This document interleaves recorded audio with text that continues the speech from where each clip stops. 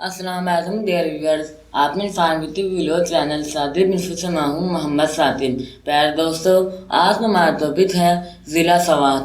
ضلع سوات خیبر پختونخوا کا ایک کوہستانی ضلع ہے۔ سوات ایک سابقہ ریاست تھی جس سے 1970 میں ضلع کی حیثیت دی گئی۔ مالاتن ڈویژن کا صدر مقام سعد شریف اس ضلع ہی میں واقع ہے۔ سوات کو خیبر پختونخوا کے شمالی خطے میں امتیازی اہمیت حاصل ہے۔ یہ ضلع وسطی ایشیا کی تاریخ میں علم بشریات اور آثار قدیمہ کے لیے مشہور ہے۔ بدھ مت تہذیب و تمدن کے زمانے میں سوات سے بہت شہرت حاصل تھی اور اسے اودیانہ یعنی باغ کے نام سے پکارتے تھے۔ اسی وجہ سے اس کا پرانا نام اودیانہ تھا۔ سیر و سیاحت کے کثیر مواقع کی وجہ سے اسے پاکستان کا سوئٹزرلینڈ کہا جاتا ہے۔ شمالی علاقہ جات کی ترقی سوات کا ایک اہم کردار رہا ہے۔ سرسبز و شاداب اور وسیع میدانوں کے علاوہ یہ تجارت کا مرکز بھی ہے۔ یہاں خوبصورت مرغزار اور شفاف پانی کے چشمے اور دریا موجود۔ عالم مدین اور بحرین میں زندگی کی تمام سہولیات بشمول اعلیٰ تعلیم ادارے موجود ہیں۔ یہاں کے لوگ انتہائی محنتی اور ذہنی لحاظ سے کافی ترقی یافتہ ہیں۔ دنیا کے حسین ترین خطوں میں شامل یہ علاقہ پاکستان کے دارالحکومت اسلام آباد سے شمال مشرق کی جانب 254 کلومیٹر کے فاصلے پر واقع ہے، جبکہ یہ صوبائی دارالحکومت پشاور سے اس کا فاصلہ 170 کلومیٹر ہے۔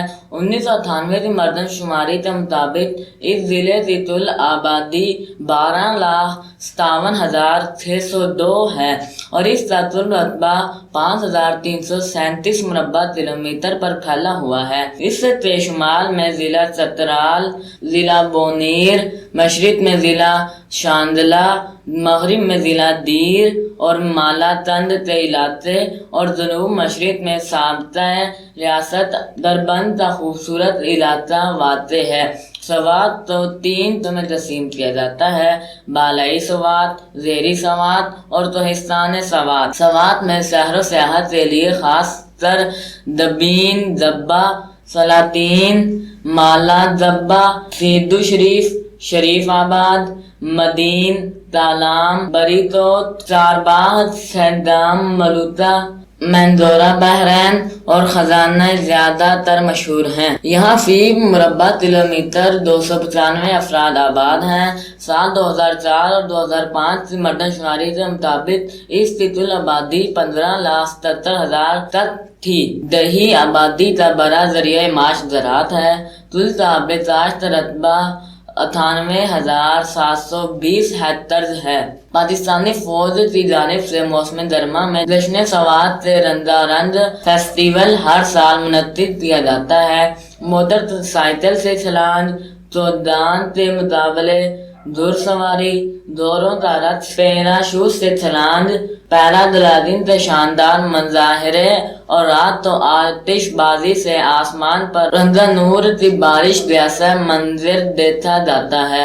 اس سے سیاح بھی محظوظ ہوتے ہیں۔ پلوں کی تعمیر اور سڑکوں کی مرمت کے ساتھ ساتھ امن و امان کی صورتحال اس علاقے میں سیاحت کے فروغ کے کافی امکانات بھی بن چکے ہیں۔ امید ہے تمہارا آج کا ویڈیو ضرور پسند آیا ہوگا۔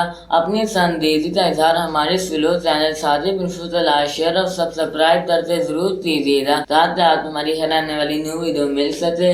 پھر ملیں کسی اور نیو ٹاپک کے ساتھ، تب تک کے لیے اللہ حافظ۔